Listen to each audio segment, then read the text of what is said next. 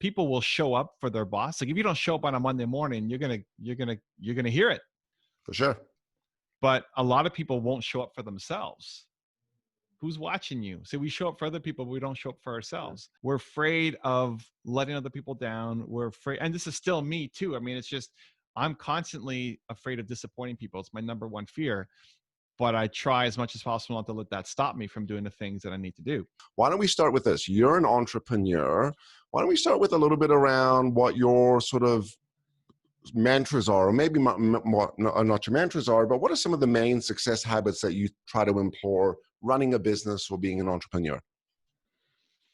So I really try to live by my schedule. I think your actions map to your ambitions, or they should at least. People say that they want to do all these things, but okay, show me in your calendar, where are you actually getting them done? There's a lot of people who have a hard time making that transition from being an employee to being an entrepreneur because they're used to being told what they should do. And now when they're totally in charge of themselves, they struggle because they don't have somebody kind of watching over them constantly. And I think that's a big problem, is that people will show up for their boss. Like if you don't show up on a Monday morning, you're gonna hear it. For sure. But a lot of people won't show up for themselves. Who's watching you? So we show up for other people, but we don't show up for ourselves. Why do you think that is? Why do you think we don't show up for ourselves?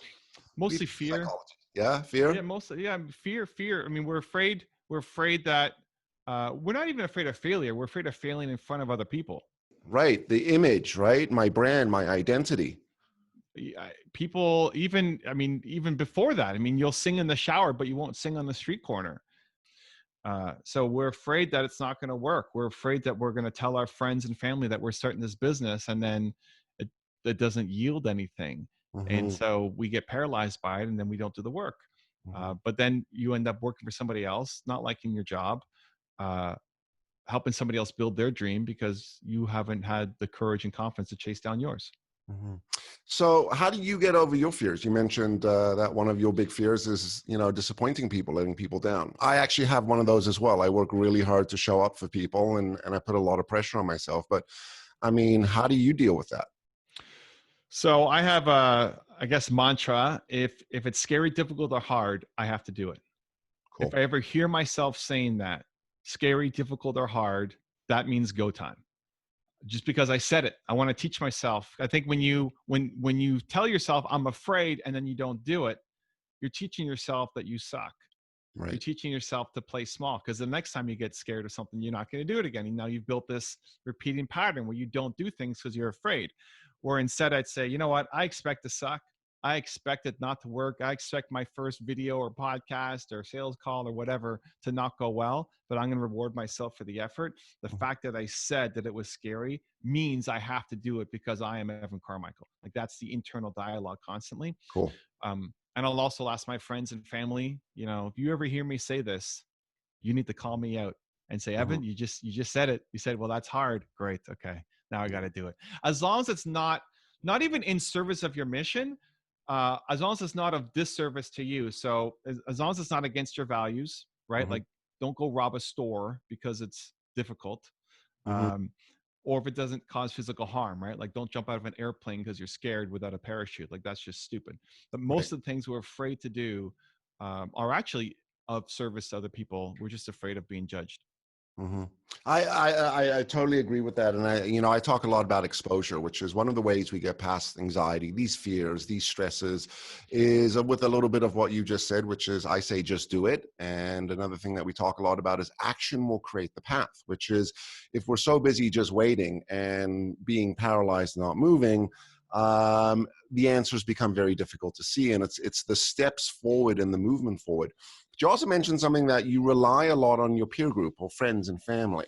How important is that for, call it entrepreneurial, being a successful entrepreneur? How important it is to have that spouse in your corner, championing you, even though it might be scary and fearful, that positive peer group?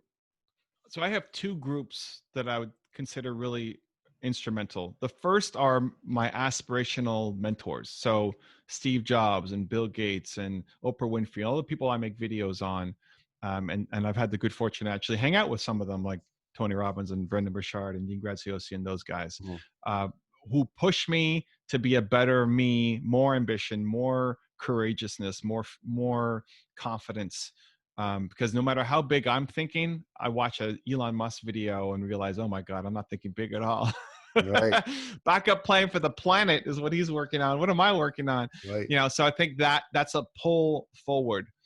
My friends and my family are not doing that. My wife doesn't push me to be more ambitious, more courageous, tell me where I suck, in a loving, positive way.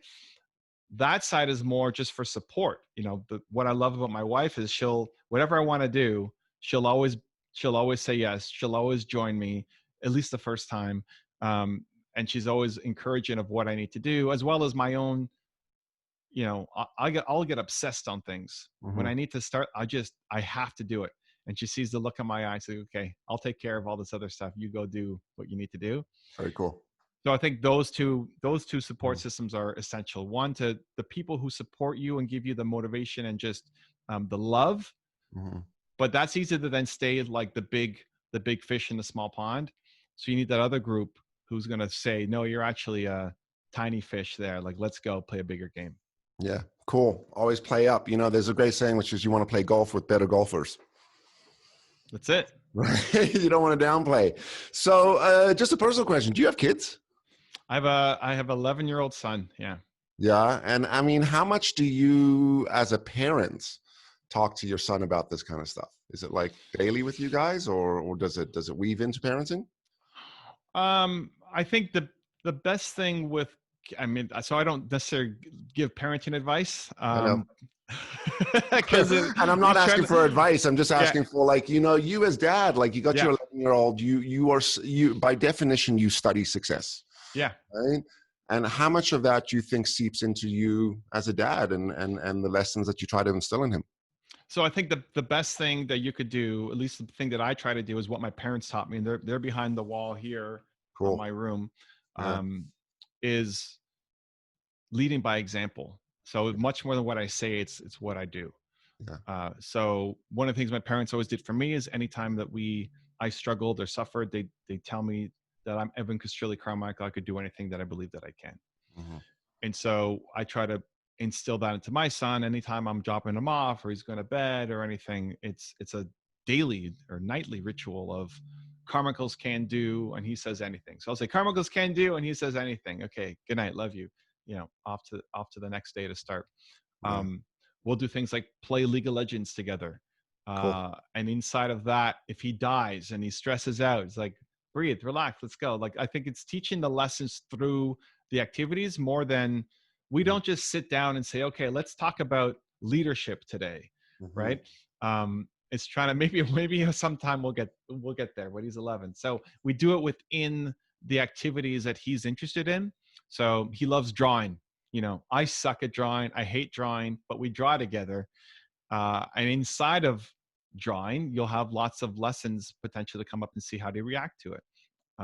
So really just trying to lead by example. I think one of the only things that I do besides the Carmichael's Can Do Anything is we created a 254 confidence series, which is a video series for 254 days to help build your confidence. And he watches one of those in the morning.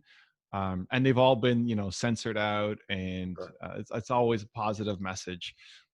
And it's like 1 to 4 minutes. So it's not like a couple hours in the morning. And then he's got to say, what did he learn from that?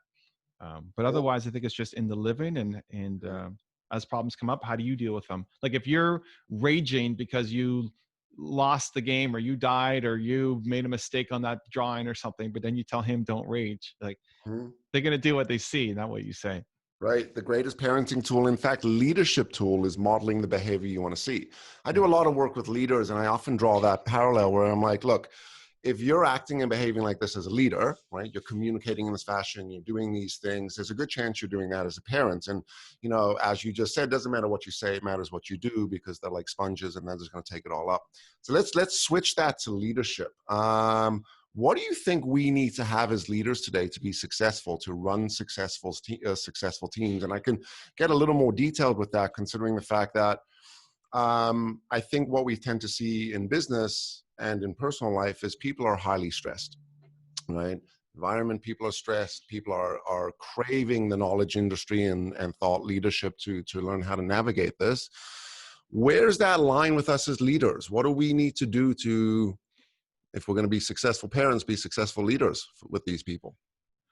I start with, I want the people on my team to win as humans more than I want them to win with me.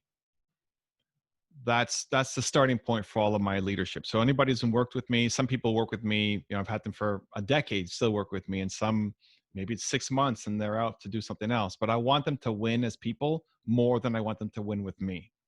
And that dramatically shifts the relationship, because they're not just thinking, oh, he just cares about how to get my knowledge out or my effort out, but he cares about me as a human. So I see people as running parallel paths, right? Right now, we're running a parallel path. We're both spending this Right. time here today to have this conversation. Um, maybe maybe we never talk again, or maybe we form a business partnership and we're, you know, talking every day for the next 14 years. I don't know. But we have this limited time of running a parallel path, and I want to try to help impact that other person as a human as much as possible. Very often it's, let's keep running this parallel path together because it's great for both of us. Mhm. So to make that happen, then there's guidance, there's mentorship, there's helping them, there's talking to them. Mhm. um, or maybe the best thing to do is say, hey, you know what, you should go work for Greg because he needs this, and what you want to do isn't what I can provide for you. I'm actually holding you back. I've had to kick people out, great people, because their dreams and ambitions are to do something else, and I have to Mhm. give them the belief and confidence to leave me to go do that thing. Mhm. So it just starts with wanting people to win more than I want them to win with me. Hey, I'm Greg Witz. Thanks so much for coming and checking out the video. If you like that video, you're going to love the next one. So I'd highly suggest that you click this video over here. And don't forget to subscribe and share.